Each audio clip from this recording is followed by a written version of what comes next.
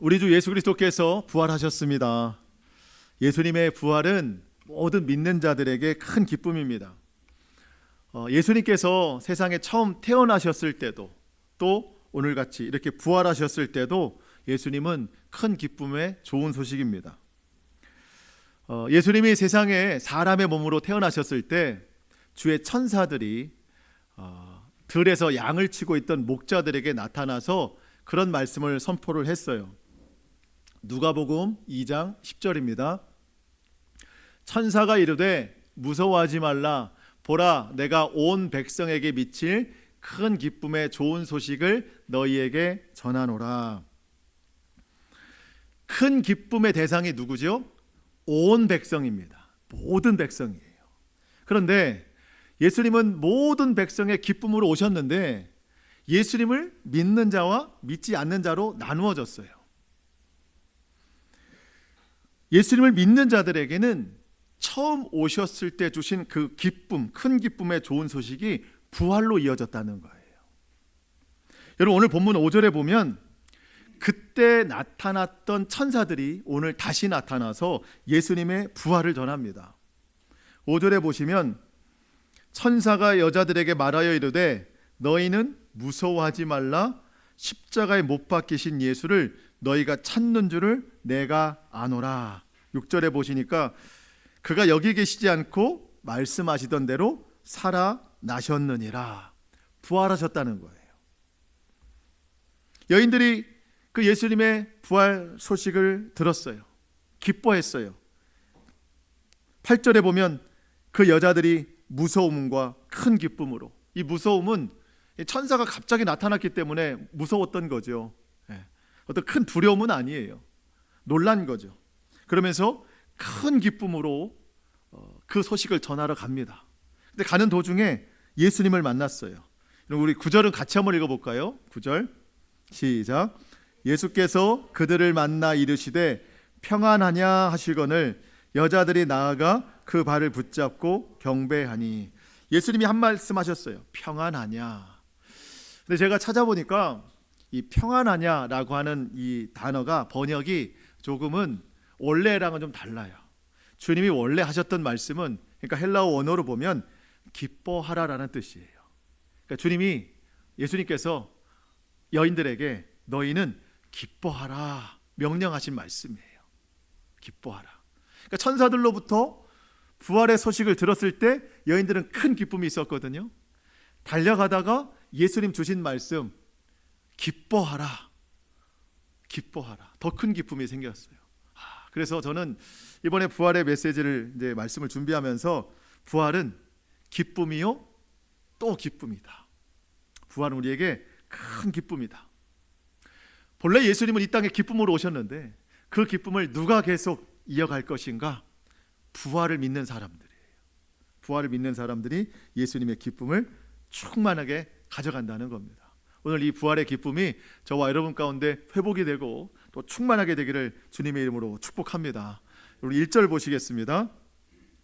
1절 한번 같이 읽어볼까요? 시작.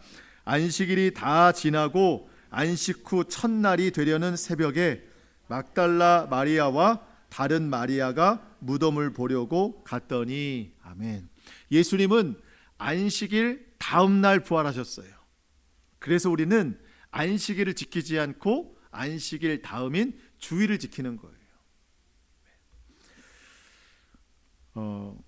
여러분, 주일은 그냥 일주일에 한 번 예배 드리는 때가 돼서 예배를 드리는 정도의 날이 아닙니다. 매 주일은 예수님의 부활을 기억하고 기념하는 날이에요.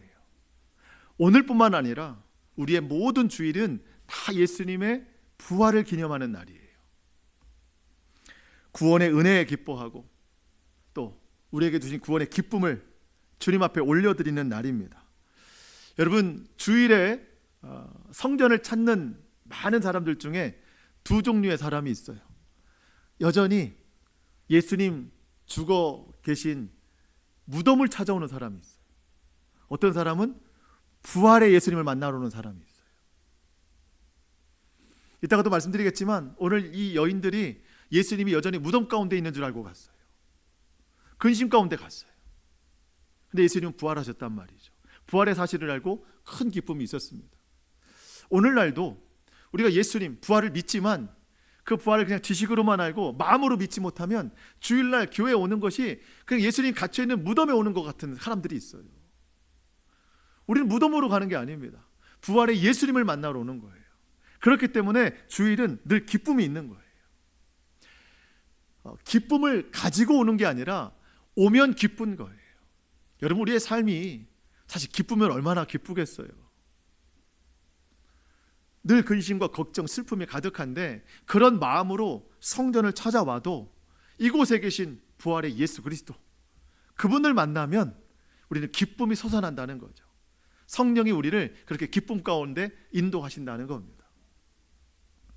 여러분들 늘 주일마다 생각하세요. 집에서 교회를 출발하실 때 난 오늘 무덤으로 가는 게 아니야. 난 오늘 부활하신 예수님 만나러 가는 거야. 무덤에 오는 얼굴로 오는 게 아니에요. 추모객으로 오는 게 아니에요. 부활하신 예수님 만나러 오는 거예요. 기쁨으로 오는 거예요. 이 정도 되면 우리 얼굴이 좀 달라져야 되겠죠. 좀 웃음이 있어야 되고 기쁨이 있어야 돼요. 성령님이 우리를 그렇게 만들어 주실 줄로 믿습니다. 2절 말씀부터 우리 4절까지 한번 같이 읽어보겠습니다. 2절로 4절입니다. 시작.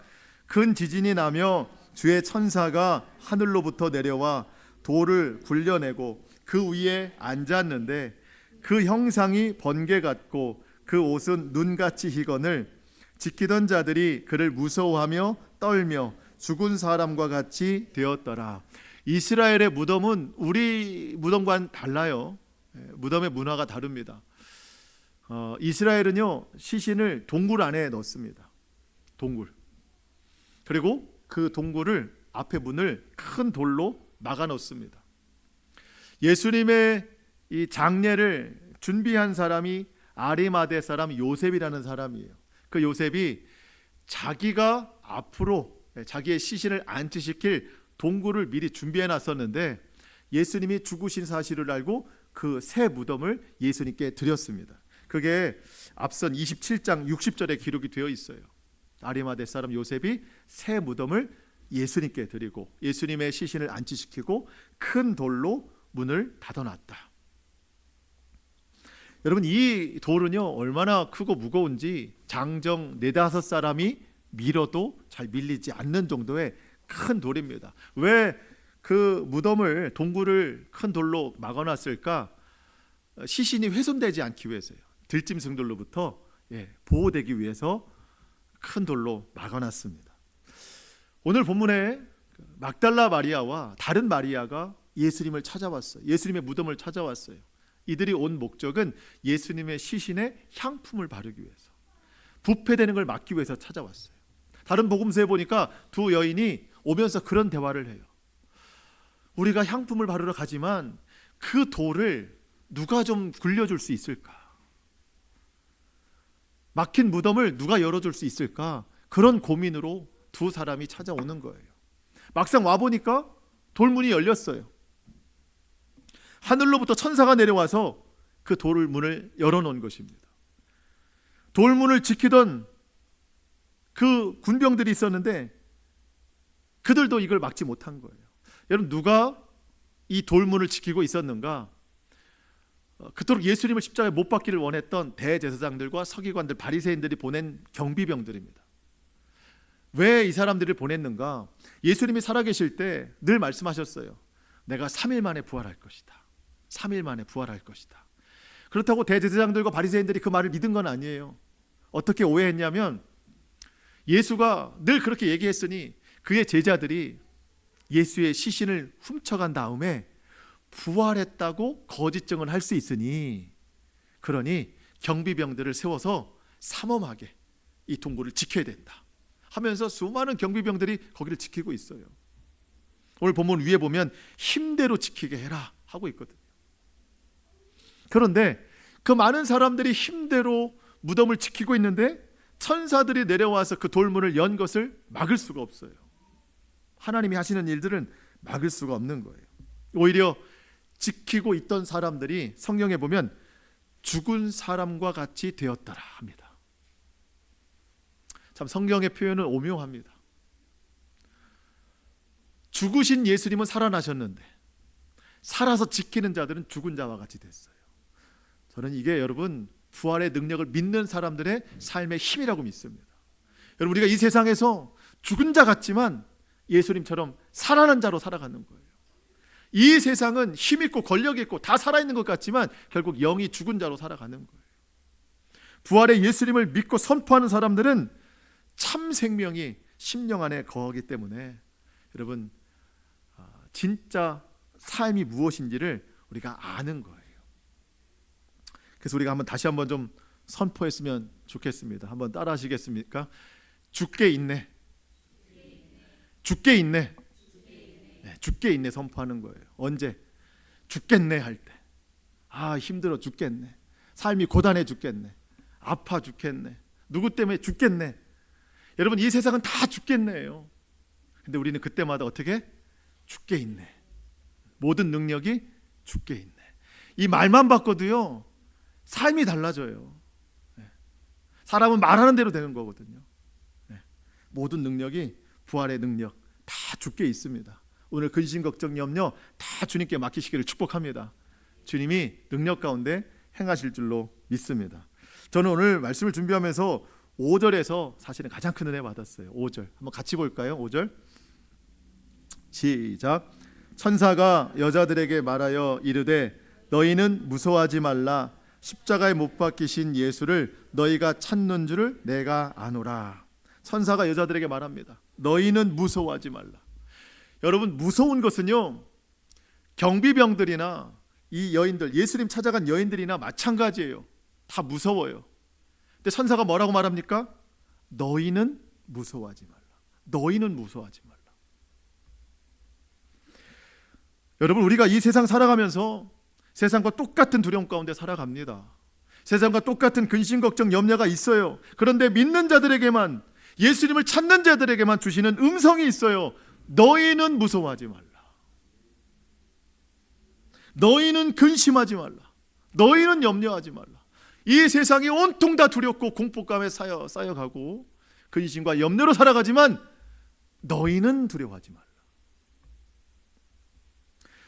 예수님 그래요. 저도 성경도 많이 보고 두려워하지 말라는 말씀도 많이 들었어요. 그런데 이게 해소가 안 돼요. 여러분 예수님은 말씀만 하시는 분이 아닙니다. 여러분 6절을 보시면 천사가 계속해서 선포합니다. 그가 여기 계시지 않고 그가 말씀하시던 대로 살아나셨느니라. 와서 그가 누우셨던 곳을 보라. 여러분 예수님은 말씀만 하시는 분이 아니에요. 그 약속의 말씀을 믿는 자마다 예수님은 행하시는 분이세요. 주님은 살아나셨어요. 가서 그가 누우셨던 것을 보라. 여러분 예수님이 오늘도 우리에게 너희는 두려워하지 말라. 주님이 말씀하신 것을 믿고 정말 두려워하지 않고 약속 가운데 나아가면 우리 주님이 말씀하신 대로 나의 두려웠던 부분, 죽었던 부분을 살아나게 하실 줄로 믿습니다. 그러면서 결국 천사들이 우리에게 보라는 거예요. 고난의 자리를 보라는 거예요. 네가 누워있던 자리를 보라는 거예요. 고통 가운데 있던 자리를 보라는 거예요. 주님이 다 해결하셨다는 거예요. 주님은 반드시 이 역사를 이루십니다. 우리 예수님은 전능하신 분이십니다. 불가능이 없으세요. 부활로 이것을 증명하셨습니다. 여러분 사망이 예수님을 이기지 못하고 돌무덤이 예수님을 가둬놓지 못합니다. 수많은 경비병이 예수님을 막지 못해요. 예수님은 모든 것을 다 뚫고 이기셨어요. 오늘 우리에게 말씀하십니다. 너희는 두려워하지 말라. 너희는 두려워하지 말라. 제가 이 부분에서 좀 생각이 나는 시절이 있었어요. 제가 군대 입대했을 때 신병교육대 들어갔는데 제가 강원도 철원으로 갔거든요. 철원으로 신병교육대를 갔는데 신병들이 한 기수마다 몇백 명씩이에요. 6주 훈련을 다 마치고 자대 배치라는 걸 받거든요. 그럼 연병장에 다 세워놓습니다. 세워놓는데 이제 거기부터 이제 전방으로 가니 무슨 부대로 가니 다 나눠가는 거예요. 근데 서 있기 전에 어떤 간부 한 명이 저한테 그러는 거예요. 너는 어디 가자고 해도 못 간다고 해라. 너는 어디로 가기로 예정돼 있다고 해라. 그땐 이해를 못했어요. 무슨 말인지. 그냥 시키는 대로 해 그러는 거예요. 너는 어디로 가기로 돼 있으니 누가 와서 너를 데려가려고 하거든 저는 어디로 가기로 돼 있습니다 라고만 얘기해라. 연병장에 몇백 명이 딱 서 있어요. 각 부대에서 이제 데리러 가는 건데 제가 그때 덩치가 지금보다 훨씬 좋았어요. 그래서 뭐 전방 부대 뭐 조금 훈련이 독하다는 부대에서 저를 다 데려가려고 너 이리 와. 너 나랑 같이 가. 뭐 수색대, 문정, 정찰대 다 저를 내려가려고 막 하는 거예요. 그때마다 저는 어디로 가기로 돼 있습니다. 이렇게. 아 그래? 그럼 알았어. 다른 분대에서 또 와가지고 너 나랑 같이 가자. 저는 어디로 가기로 돼 있습니다. 이것만 뭐 4-5번 반복했어요. 이제 그러고 나서 저쪽에서 막 그 군인 트럭이 막 옵니다. 막 수십 대가 와요. 데리러 가는 거죠. 군인 트럭은 좋지 않아요. 그 연병장 먼지를 흩날리면서 마치 도살장에 끌려가는 양들처럼 신병들이 막 이렇게 막 두려움 가운데 다그덕거리는 차를 타고 막 가요. 다 떠났어요. 몇백 명 중에 30명만 연병장에 남아 있는데 버스가 한 대 와요. 버스가. 그러면서 그 사나운 장교들이 아니고 여군이 내려요. 여군이 내리더니 이리로 오세요. 타세요. 여러분들은 이쪽으로 갈 겁니다. 저는 그때 음성을 들었어요. 너희는 두려워하지 말라. 너희는 두려워하지 말라. 너희는 나와 함께 갈 것이다. 알고 봤더니 약간 후방으로 내려왔어요. 약간 후방으로. 원래는 철원에서 더 전방으로 가야 되는데 약간 후방으로 내려왔어요. 모두가 다 짐작했어요. 우리 30명 중에 한 명이 장군의 아들이다. 소위 말해서 빽이 있는 애다. 그때만 해도 이제 그런 게 있었어요. 근데 그 한 명을 딱 착출하자니 너무 표가 나니까 꼭 몇 명이 필요한 것처럼 30명, 29명은 들러리예요. 제가 들러리예요. 거기에 뽑혀가지고 약간 후방으로 내려왔어요. 저는 너무 다르더라고요. 그 트럭에 먼지 휘날리면서 가는 그 동기들하고 버스에 안전하게 여군이 낭낭한 목소리로 여러분 너무 두려워하지 마세요 하는 거랑은 좀 차이가 있더라고요. 물론 뭐 군대가 사실 큰 차이는 없죠. 그래도 어쨌든 뭔가 좀 다름이 느껴져. 저는 그때 이 음성 들었다니까요. 너희는 두려워하지 말라. 마치 그런 거라는 거예요. 이 세상이 혹독하고 힘들고 어려운 가운데 있지만 그 중에서도 하나님은 하나님의 자녀들 가운데 선택하여서 너희는 두려워하지 말라. 내가 너희와 영원히 함께 할 것이다. 내가 약속대로 너에게 성령을 보내줄 것이다. 너의 모든 두려움을 근심을 기쁨으로 변화시켜 주실 것이다. 여러분 믿으시기 바랍니다. 우리 그렇게 택함 받은 사람들이에요. 7절 말씀 보겠습니다.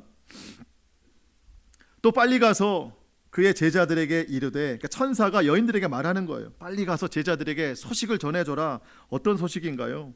그가 죽은 자 가운데 살아났고 너희보다 먼저 갈릴리로 가시나니 거기서 너희가 배우리라 하라. 보라 내가 너희에게 일렀느니라 하거늘. 여인들이요 빨리 가서 제자들에게 전하십시오. 예수님이 그 전에 말씀하신 것 같이 빨리 갈릴리로 가라고 전하십시오. 거기 가야 예수님 만날 수 있습니다 라고 하는 거예요. 여인들이 사실은 예수님의 부활을 믿지 못하고 무덤까지 왔어요. 여러분 예수님의 부활을 이 여인들은 사실 믿지 못했어요.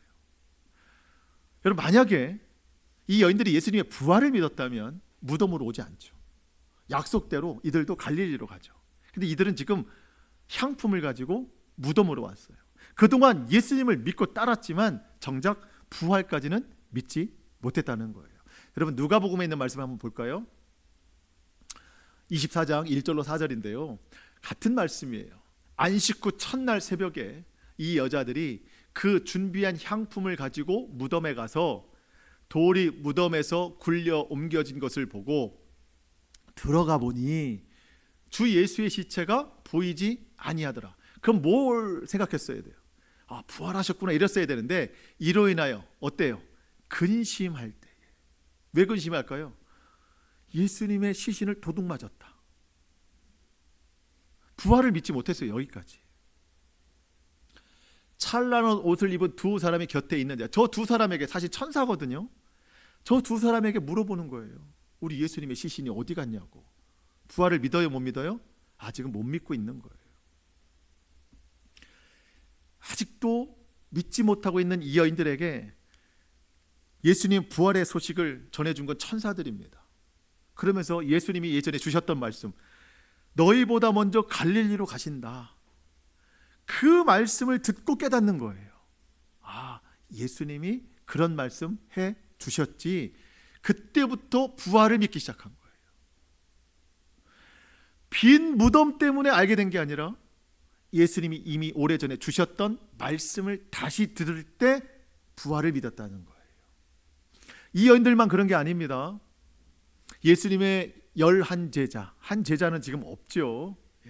11제자 외에 다른 제자들이 있는데 그 다른 제자 중 두 사람이 더 이상 예수님을 따르지 않기를 결단하고 자기 고향인 엠마오로 갑니다. 엠마오로 가면서 둘이 슬프고 근심된 말들을 서로 주고받아요. 우리 예수님이 죽었다. 그런데 부활했다는 소식도 들었거든요. 근데 믿지 않아요. 한번 그 내용을 좀 볼까요?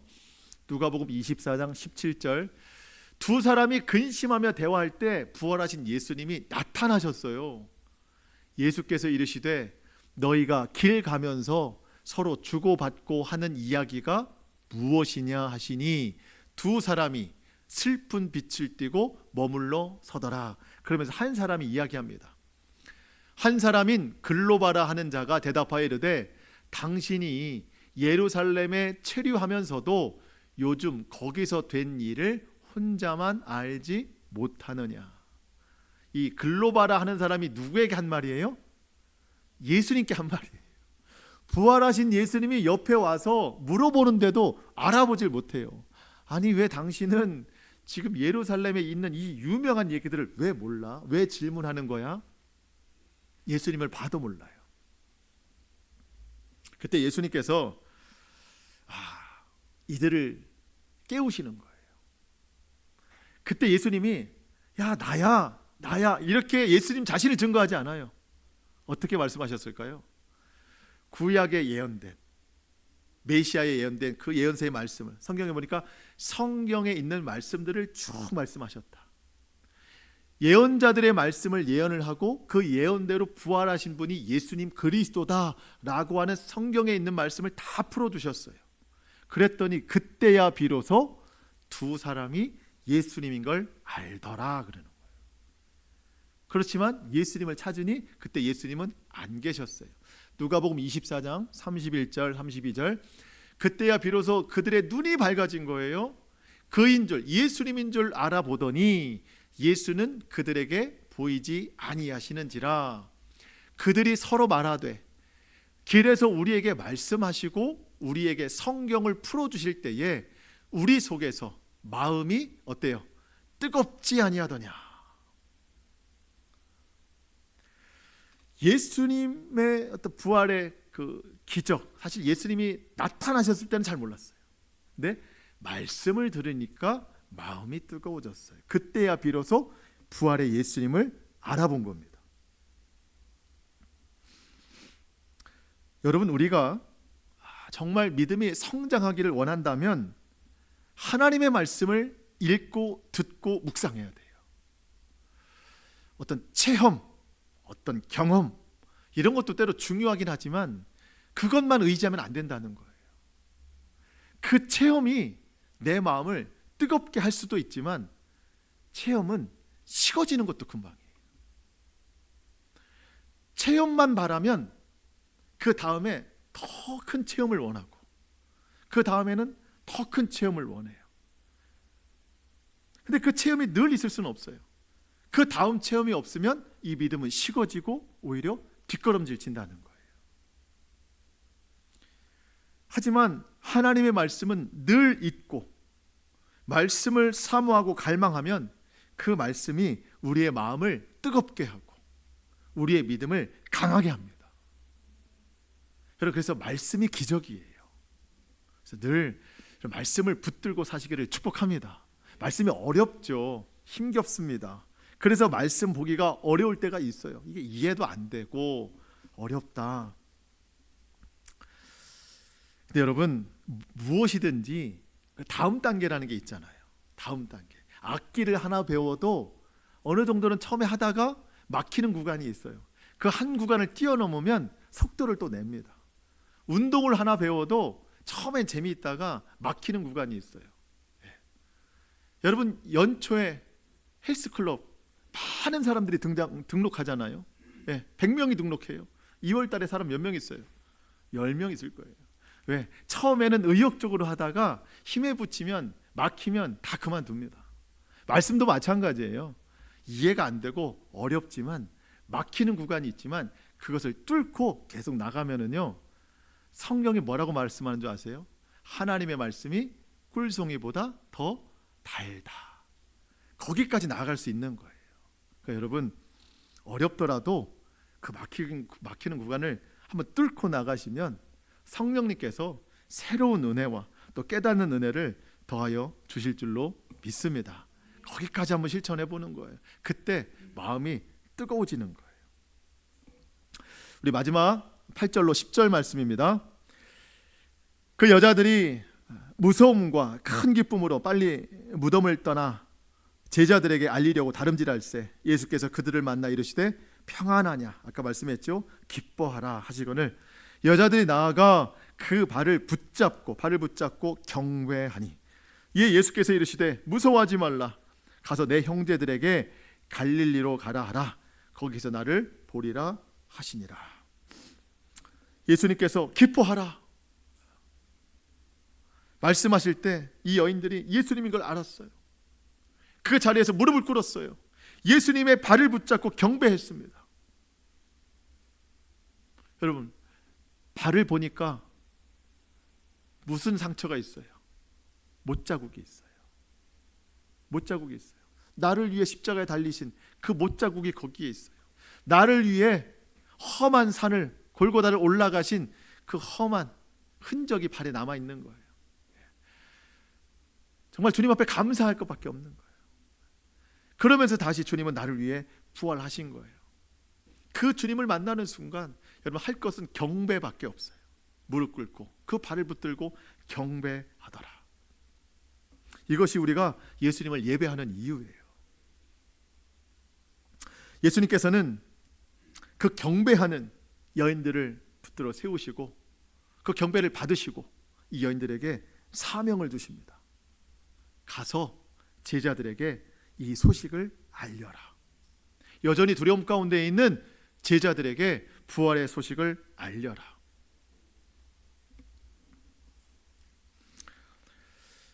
이 여인들은요, 부활의 첫 증인이요, 또 부활을 첫 목격한 사람들이 됐습니다. 그리고 부활을 전하는 자들이 됐습니다. 여러분, 예수님께서 왜 부활하셔서 로마의 황제를 찾아가지 아니하시고 빌라도를 찾아가지 아니하시고 대제사장이나 바리새인들에게 찾아가지 아니하시고 왜 너무나도 소외되고 연약한 이 여인들을 가장 먼저 찾아오셨을까?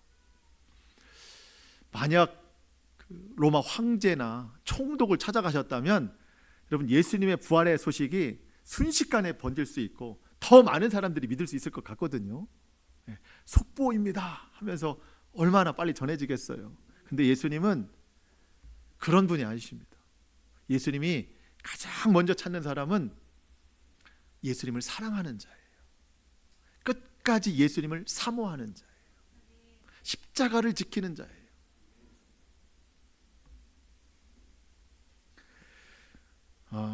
사복음서에 보면은요, 이 부활에 관해서 제일 주목되는 인물이 있습니다. 막달라 마리아.